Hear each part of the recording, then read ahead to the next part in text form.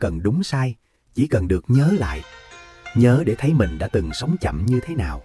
Nhớ để nhận ra có những thứ đi bên mình suốt cả một đời, âm thầm đến mức ta quên mất sự hiện diện của nó. Chiếc nón lá Việt Nam là một câu chuyện như vậy. Từ rất xa xưa, khi con người còn sống dựa vào đất, vào trời, chiếc nón đã ra đời như một cách tự che chở. Che nắng, che mưa, che cho cái đầu khỏi dầm sương gió. Không cao sang, không cầu kỳ, chỉ vừa đủ để sống. Theo bước chân mở đất, chiếc nón đi qua 3 miền đất nước, mỗi nơi mang một dáng vẻ, một tính cách riêng như chính con người nơi đó. Để có một chiếc nón đội đầu không hề đơn giản.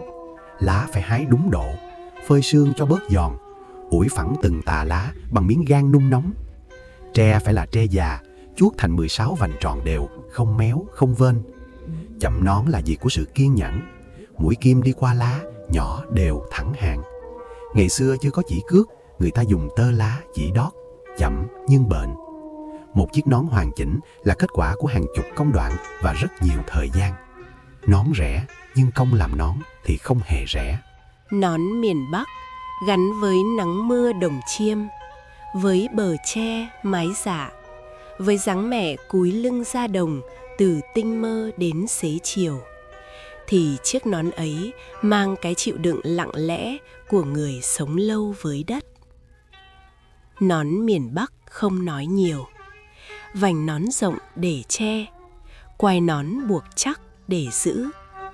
Nó đội cùng phận người, qua đói no, qua mùa màng, qua những năm tháng chỉ biết cắm mặt xuống ruộng mà sống. Chiếc nón ấy không làm duyên, nhưng bền. Như con người miền Bắc, ít bộc lộ mà sâu. Chưa trồng nón thúng quai thao, trồng rồi nón sách quai nào thì quai. Chưa trồng yếm thắm đeo hoa, trồng rồi hai vú bỏ ra sẩy sành. Rời miền Bắc, chiếc nón bước vào miền Trung.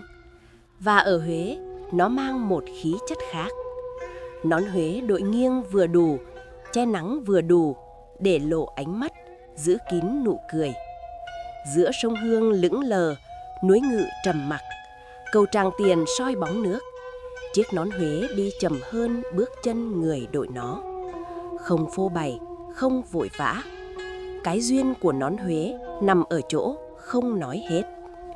Dáng nữ sinh áo dài trắng, tay cầm nón, không cần làm gì thêm mà cả khung cảnh đã dịu lại.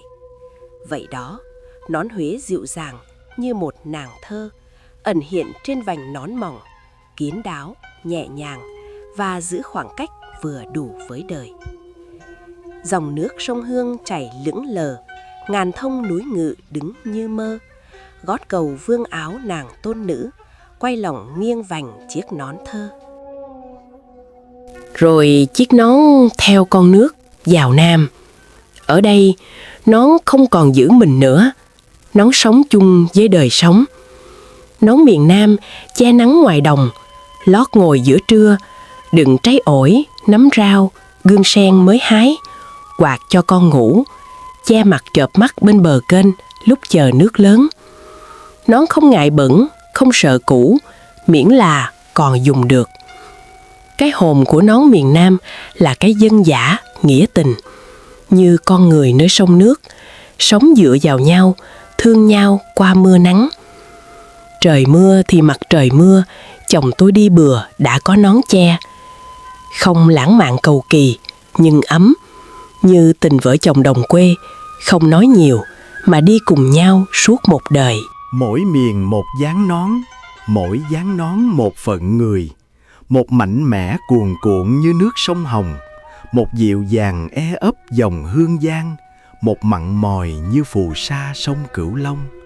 Nhưng sau cùng, đó vẫn là chiếc nón lá Việt Nam đội qua bao mùa nắng mưa mà chưa bao giờ rời khỏi đời sống con người. Có thể mai này người ta đổi mũ khác, sống nhanh hơn, đi xa hơn, nhưng chiếc nón lá vẫn ở đó như một ký ức không cần nhắc tên, chỉ cần nhìn thấy là nhớ. Có những câu chuyện đời không cần đúng sai, chỉ cần được nhớ lại. Có lẽ không phải ai bước vào câu chuyện này cũng có thể đi cùng nhau đến cuối. Nhưng cảm ơn bạn vì đã ở lại đến tận đây.